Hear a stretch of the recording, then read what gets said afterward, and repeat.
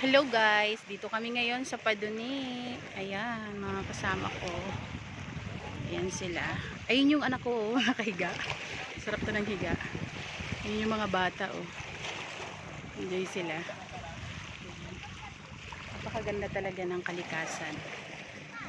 Ayan. Medyo mababaw ngayon kasi taghibas daw ngayong araw. Sarap pagmasdan ng mga alon.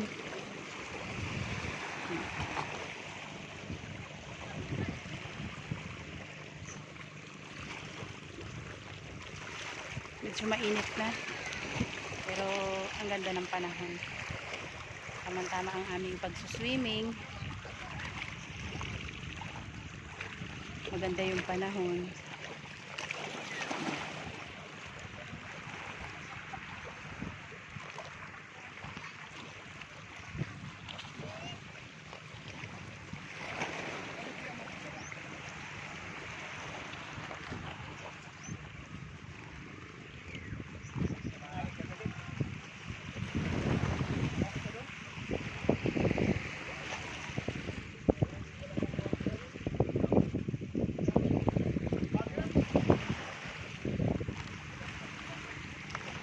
Yung mga dala-dala namin, no? Kasi dito kami kakain pang ng halian. Ayun lang guys, pakita ko lang sa inyo ang view ng aming lugar dito sa Paduni. Ito, sarap ng hangin, nakaka-relax.